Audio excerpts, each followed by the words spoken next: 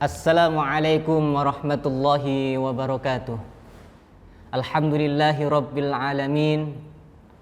Alhamdulillahi hamdan syukran lillah. Wassalatu wassalamu ala rasulillah. Asyhadu an la ilaha illallah wahdahu la syarikalah.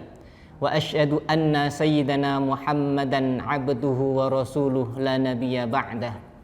Allahumma salli wa sallim wa barik ala sayyidina Muhammadin wa ala alihi wa sahbihi ajma'in, amma ba'da. Hadirin pemirsa TV 5 MDI Surabaya dan anak-anakku SMK Negeri 5 Surabaya, rahimakumullah.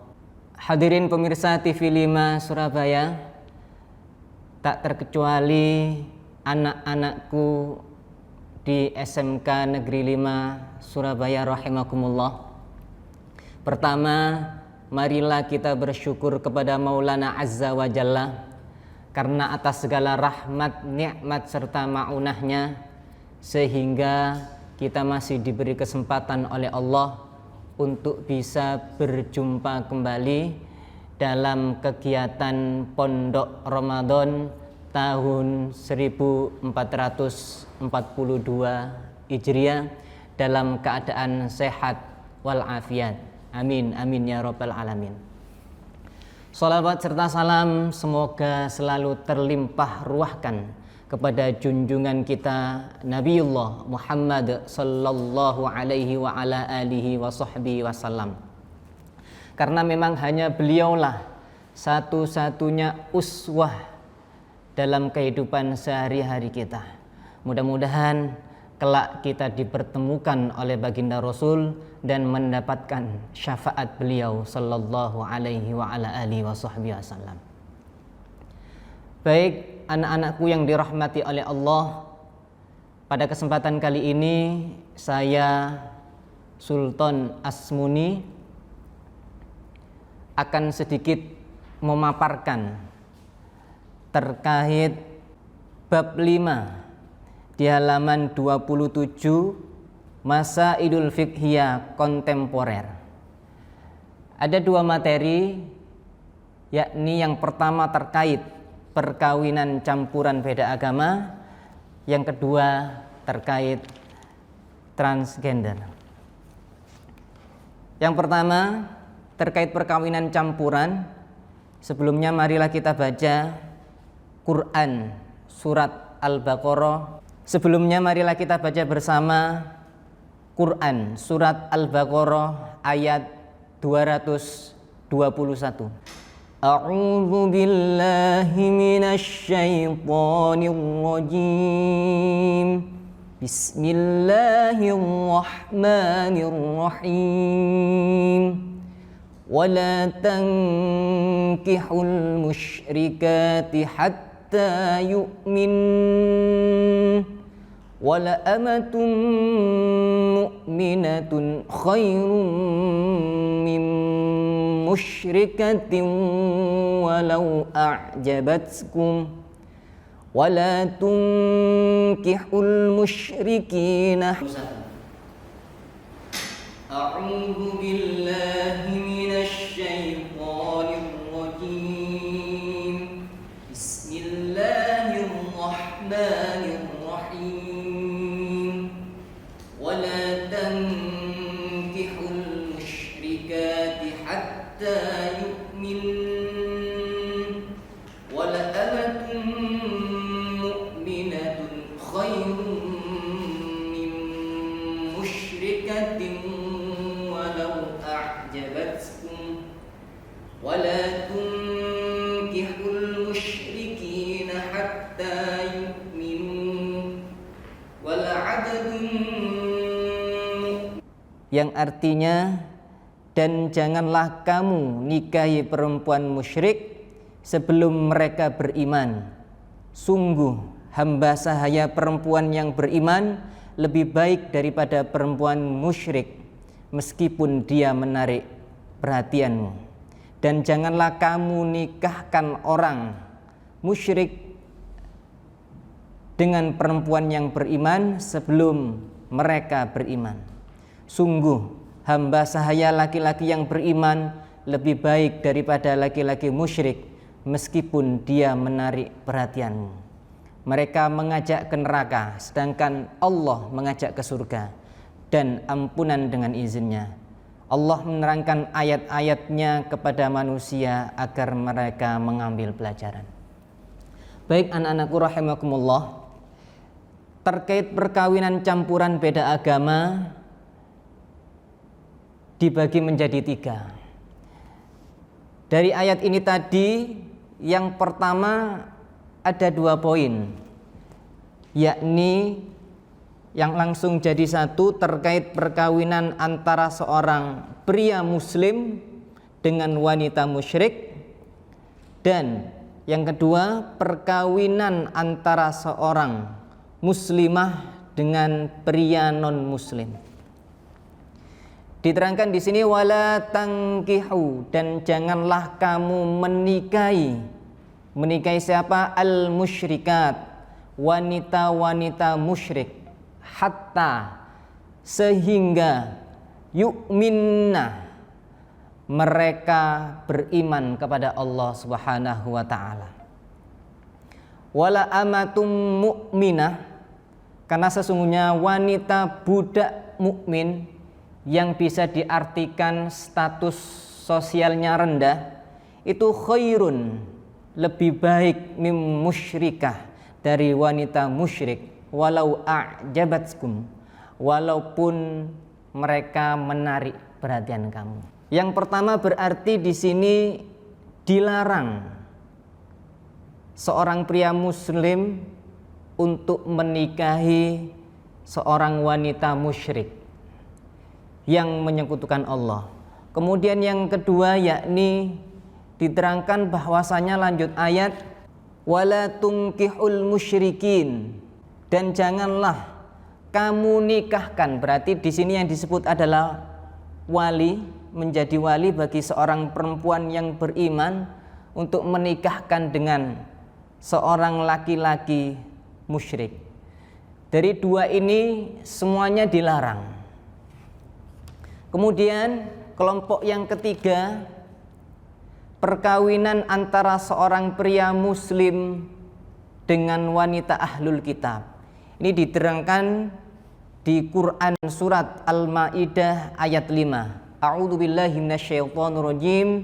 Wal muhsanatu minal mu'minat wal muhsanatu minal ladzina utul kitab min qablikum, yang artinya dan dihalalkan mengawini wanita yang menjaga kehormatan di antara wanita-wanita yang beriman, yakni keterangan dari wal muhsanatu minal mu'minat. Kemudian dan wanita-wanita yang menjaga kehormatan di antara orang-orang yang diberi Alkitab sebelum kamu. Jadi di poin yang ketiga bahwasanya perkawinan antara seorang pria muslim diperbolehkan dengan wanita ahlul kitab. Ingat, yang diperbolehkan adalah pria muslim, bukan sebaliknya.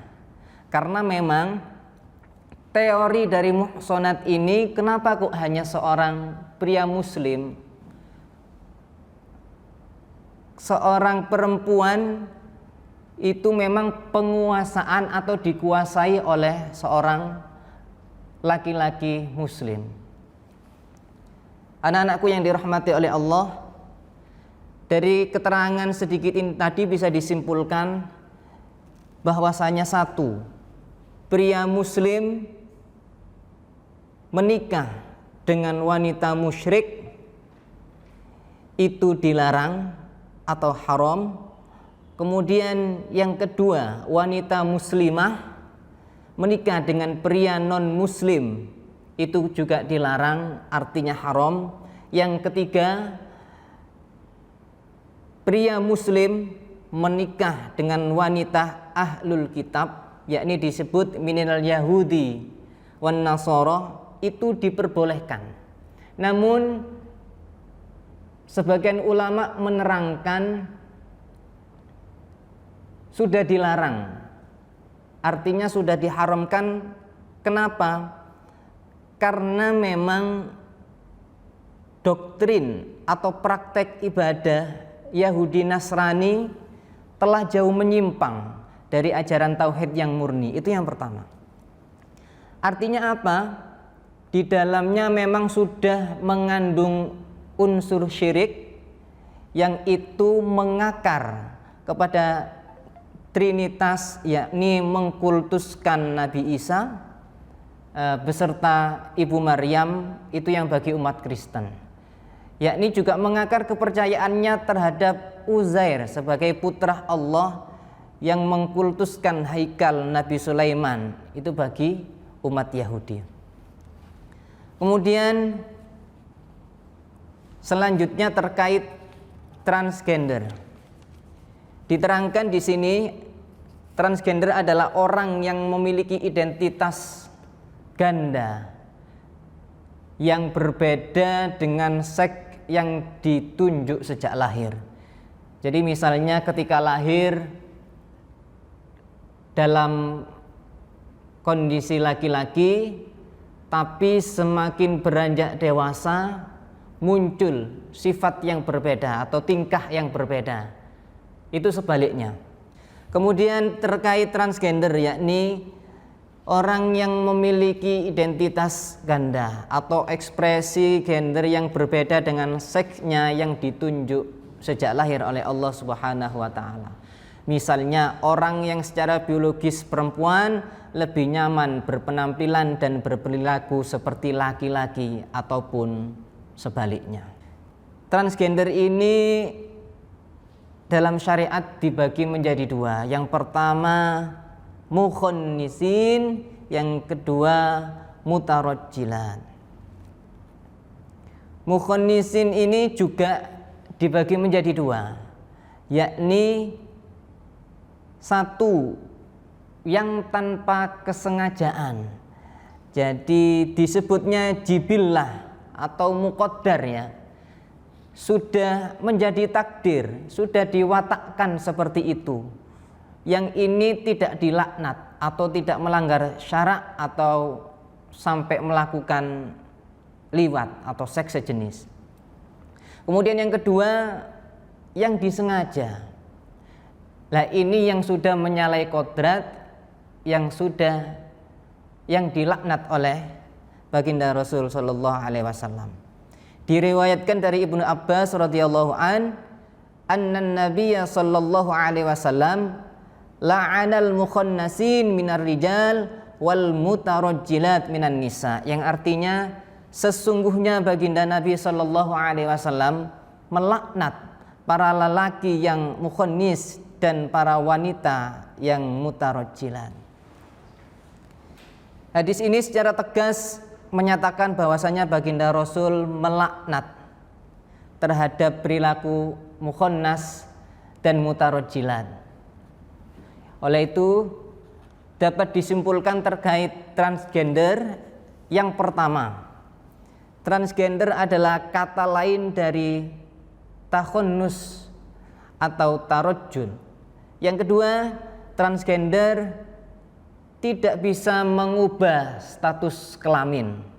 Yang ketiga, transgender hukumnya haram atau dilaknat. Baik anak-anakku yang dirahmati oleh Allah, sedikit yang bisa Pak Sultan sampaikan, mudah-mudahan bermanfaat.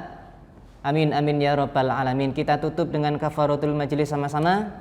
Subhanakallahumma wa bihamdika asyhadu an la ilaha illa anta astaghfiruka wa atubu ilaihi. Akhirul kalam, ihdinas siratal mustaqim. Tsumma assalamu alaikum warahmatullahi wabarakatuh.